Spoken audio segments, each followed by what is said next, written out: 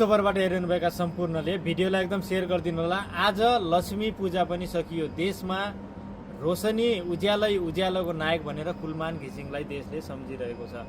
अब देशका राजधानी सहर ठुला सहरहरूमा छ उज्यालो देखिएको छ। तर मेरो भिडियो चाहिँ आज सर्वे गरौँ, मेरो भिडियो चाहिँ देशैभरि पुग्छ।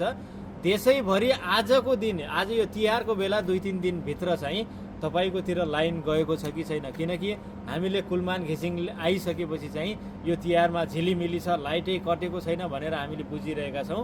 तर अब देशैभरिको सर्वे गर्दाखेरि तपाईँहरूलाई तपाईँको ठाउँतिर, तपाईँको गाउँतिर लाइट कतिको काटिरहेको छ या त बराबर यो तिहारभरि आइरहेको छ, कमेन्ट गर्नु होला भन्न चाहन्छु। किनकि भिडियो मार्फत हामीले जानकारी पायौँ भनेपछि साँच्चीकै देशको सर्वे चाहिँ के रहेछ, साँच्चीकै यथार्थ के रहेछ, हामीले झिलिमिली राजधानी देखेर मात्रै भएन, गाउँका सानातिना सहरहरू पनि मूल्याङ्कन गर्नुपर्ने हुन्छ। त्यसैको लागि कमेन्ट गर्नु होला भन्न चाहन्छु। हस्त नमस्ते, जय नेपाल।